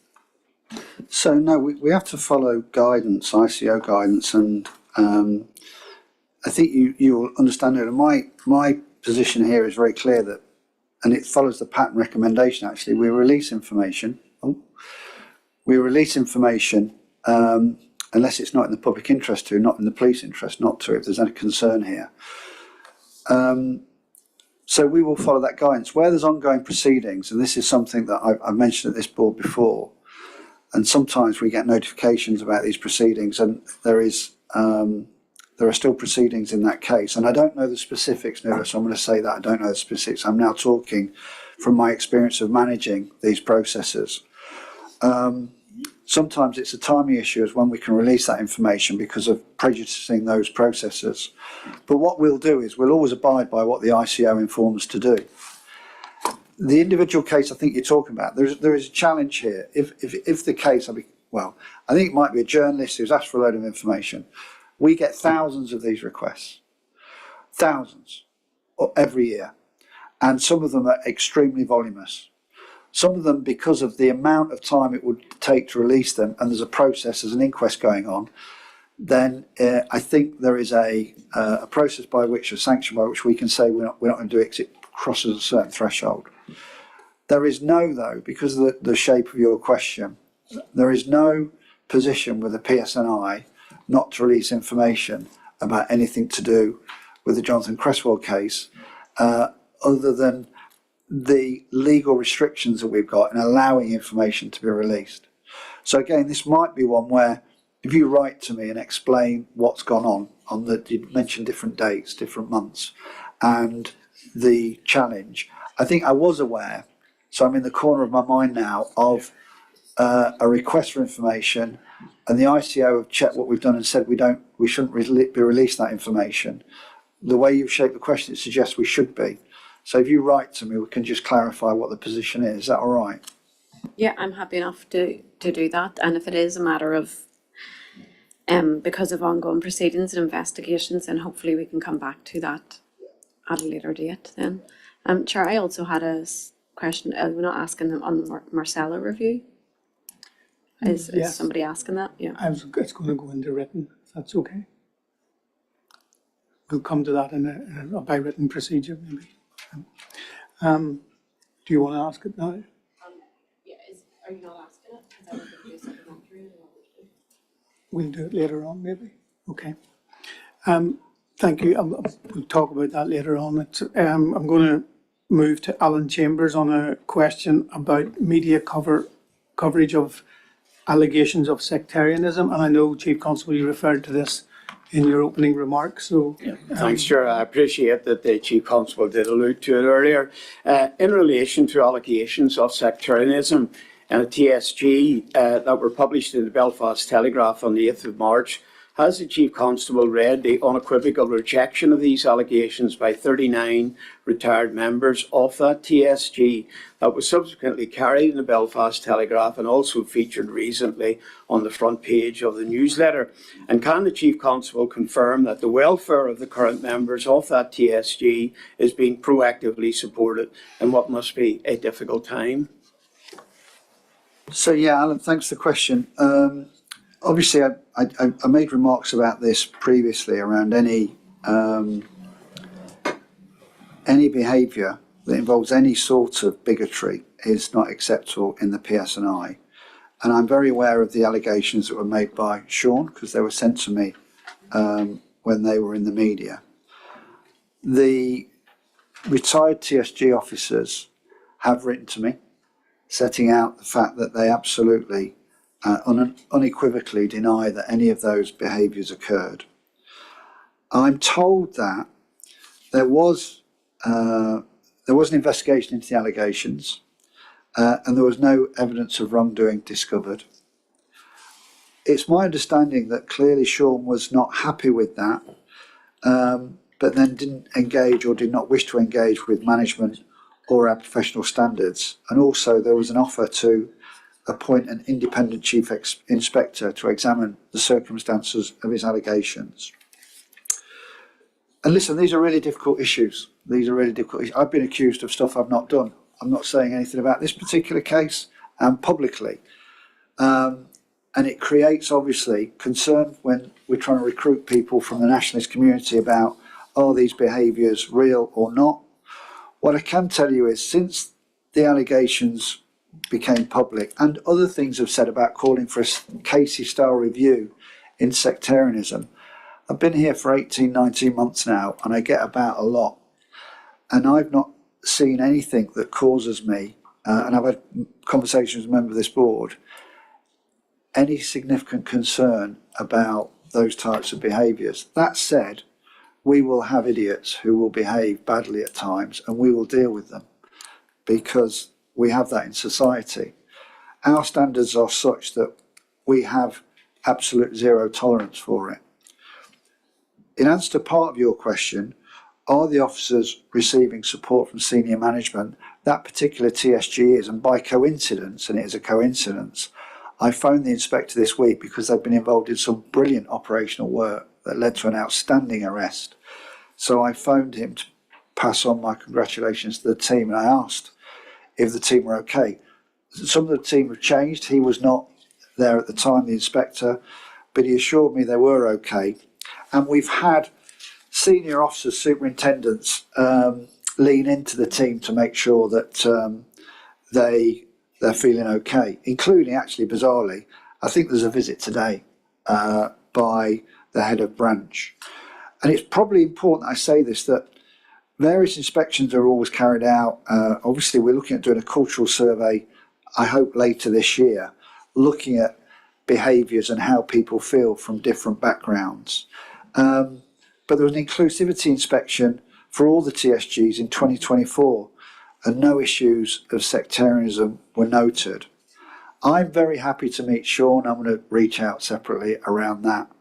And I don't know what's gone on here, but there is clearly a very strong and definitive denial that anything incorrect happened. And we've received nothing with regards to any further allegations to us or any legal action as well. I need to be clear on that. But I think my opening remarks made it clear that these behaviours aren't acceptable. Often allegations are made which are not correct. I'm not saying these are or are not. I'm staying neutral on that entirely. But we can only investigate allegations if they're substantiated. And these were looked at, and there was no finding of any wrongdoing. And I don't think I can say very much more than that. I think it goes without saying, Chief Constable, that we totally support all the remarks that you've made about sectarianism have no place in the police, fully support that. But can I take it from your remarks, Chief Constable, that Sean hasn't actually made any formal complaint to the Professional Standards Department so far about this case? Or? So originally there was a complaint made that was investigated, but following, as I understand it, and Bobby can correct me if he knows otherwise, as a result of the media that he's done, we've not received any additional allegations from him. And as far as I'm aware, there's been no legal claim or proceedings commenced around anything whatsoever. And I can't really help you any more than that. Thank you. I'm conscious of time. We'll keep it very short, please. Has there ever been a cultural audit internally of sectarianism within the PSNI in order to get kind of that anonymised feedback? Well, I don't know, Nuala, because only because obviously my position being here for 18 months, what I can say is we're looking at doing a cultural audit, looking at an inclusivity type nature of an audit. We're trying to do that as a hybrid with an audit that's going to be done with policing in England and Wales, so we can do some benchmarking as well, how things compare around all sorts of questions about how our workforce are feeling across the piece. But because of protected characteristics, we want to look at how our diverse workforce colleagues are feeling. So we're going to do that this year so that will be done. And obviously we'll share that with the board as well. Okay. Written from it, because we've had many briefings from Claire on the previous cultural audit, but it would be interesting to know from other members who have been here longer, or information if there has been a cultural audit of allowing staff or officers to raise. I think we'll ask the question, and nobody's offering anything, Nuala, but we'll find out for you. But that's what we intend to do, just to temperature test it. Okay. Okay, thank you. We are running slightly over time. There are two more questions. I'm going to ask Trevor Clarke. You have a question on an ongoing investigation. So, and I'm aware that Chief Constable, you may only be able to comment generally on the response. I think Chief Constable, you've been asked before in terms of the position for the Ombudsman. I suppose, given now that the Police Ombudsman's back at work, and we can see that she's making comments in particular reports, so it's good to see that she's back to good health, and I mean, we wish her well in relation to that. But of course, there's the ongoing investigation, and then there's reports now actually not one force is involved in the investigation, but two. So can you actually tell us, is that true, and what the position is currently? So I'll hand to Bobby, but let me just explain about the two force thing, which has never been, maybe there's a lack of communication there. Originally, I approached West Midlands Police to assist us with this because the head, if you like, of professional standards for policing is the Chief Constable there. So I went to Craig and asked him if he could help us with this inquiry, which he did. We then needed some additional help, and he was unable to supply it. So fortuitously, in many ways, we got the assistance of Greater Manchester Police, and this is quite early on. This is within the first 2 or 3 months. So we effectively had a Chief Superintendent and Superintendent from West Midlands Police and Greater Manchester Police respectively. The Superintendent subsequently been promoted to a Chief Superintendent. So the West Midlands and Greater Manchester Police input was for that independent element of the investigation. And I think you're also aware we got very senior independent counsel to do an assessment of the integrity and independence of the investigation as well, to make sure that we're doing things properly. But so I don't get into trouble, I'm now going to hand to Bobby for any update on that investigation. Yeah, thanks, Chief. So Trevor, I've assumed responsibility as the PSNI lead on this. It's important to stress, as we've been covering though, that it is an independent external investigation being carried out by the team as described. So their work is continuing to further the investigation by questioning. I believe progress has been made, and I can reassure the board that the independent team are progressing this as quickly as possible in the circumstances. Thank you. Final question is from me, and it's regarding the recently published domestic homicide review called Marcella. I would welcome your views on it and also any learnings that the PSNI can point to. Thank you, Chair. I will bring Davey back in on this, and because there should be a comprehensive response, which we probably can't do now because of various recommendations, we will write to you with an update, both with regards to the domestic homicide review and the associated recommendations that have come from other agencies. But just to be clear, we've been involved in the domestic homicide review for Marcella throughout, including participation in the individual panel meetings and the senior oversight forum. And as a service, we recognise it's important to say this, that at the centre of this domestic homicide process is a family who've lost a loved one. But it is essential that we hold a mirror up to the systems and processes involved across agencies to make sure that we learn any lessons and continually improve. There are a number of overarching recommendations for policing from that review, including recommendations that are highlighted in other domestic homicide reviews, and we'll set those out in our written response. On the 26th of February of this year, the Department of Justice published an executive summary report on the review carried out by the Domestic Homicide Review panel. And just to be clear, of course, the panel examined the circumstances relating to the death of Marcella, and that's a pseudonym to protect the identity of the victim. The panel made 10 recommendations, including 3 that had been made re other domestic homicide reviews, but which were also relevant in relation to this case. And there are further 23 recommendations made by agencies involved in the domestic homicide review after they identified opportunities where practices could be improved. Notably for the PSNI, there was a recommendation to, and I quote, to mitigate human error and ensure that perpetrators of domestic violence and abuse are appropriately referred to PANI in a timely manner. An electronic prompt is to be added to police information systems, alerting officers to review previous qualifying convictions and any current significant concerns. So that requires a technical update on niche. So that is to be done. In the interim, training and communications have been undertaken to ensure all opportunities for referrals into public protection arrangements for Northern Ireland PANI for violent offenders are undertaken. But let me just bring Davey in if he wishes to say any more. But we will give you a comprehensive written response on all the recommendations. Yeah, thank you, Chair. And again, it is quite a complex report and review, and certainly, again, my officers were fully informed and vetted as part of that, working with the independent reviewer to ensure that they were fully informed in terms of the potential learning. And that's the whole point of domestic homicide reviews, is to ensure that there's that multi-agency learning, and certainly we are absolutely committed from our part in terms of our role within that. I suppose just in the interest of time, there are a number of key issues, primarily around training and awareness. I would have to say, just to follow on from what the Chief has mentioned.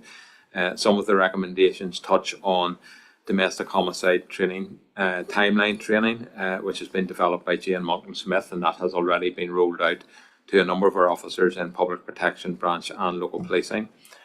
There is a recommendation around evidence-led investigations to be considered where appropriate, and again, significant work has been done already in respect of that.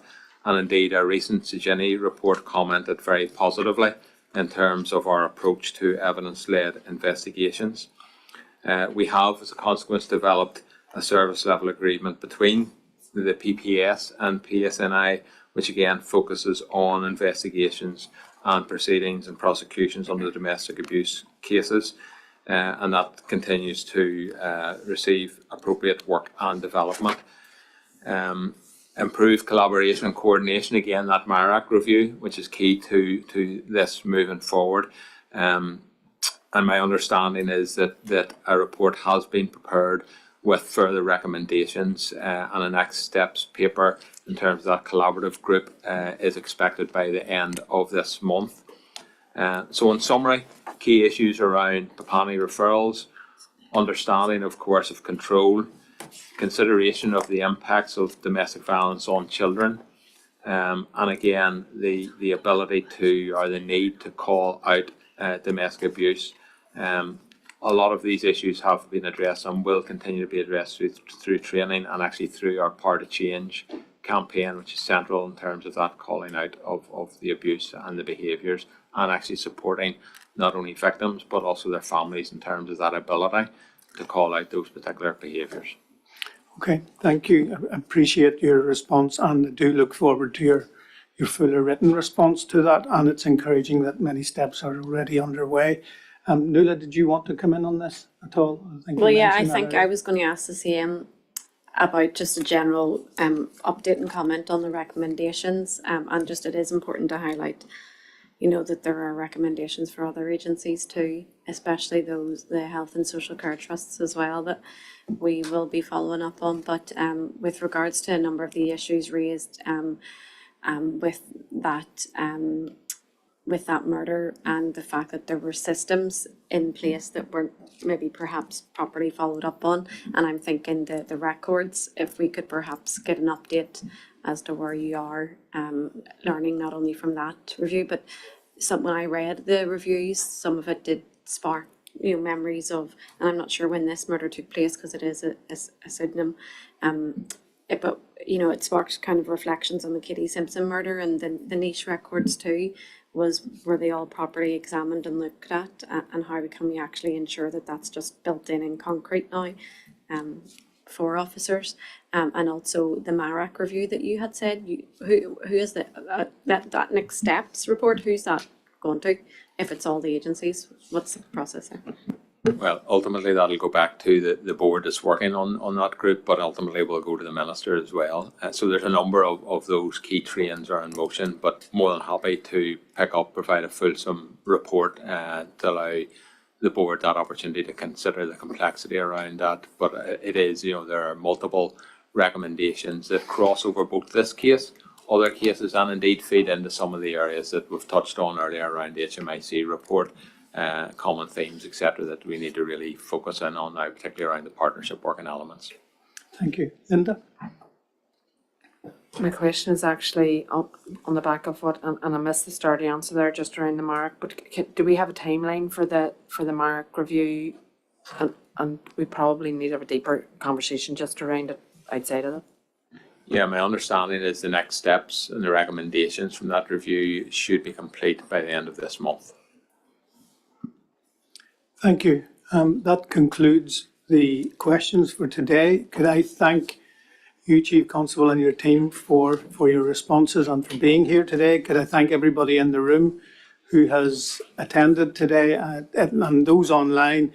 It has been a longer afternoon because of the report that we've, the launch of the policing plan. I do hope it has given you some reassurance as to the focus that the police service will have in the years ahead, and also some reassurance in the processes for accountability. So thank you, everybody, and the next meeting is on Thursday the 8th of May. That's the second Thursday of May rather than the first. Thank you.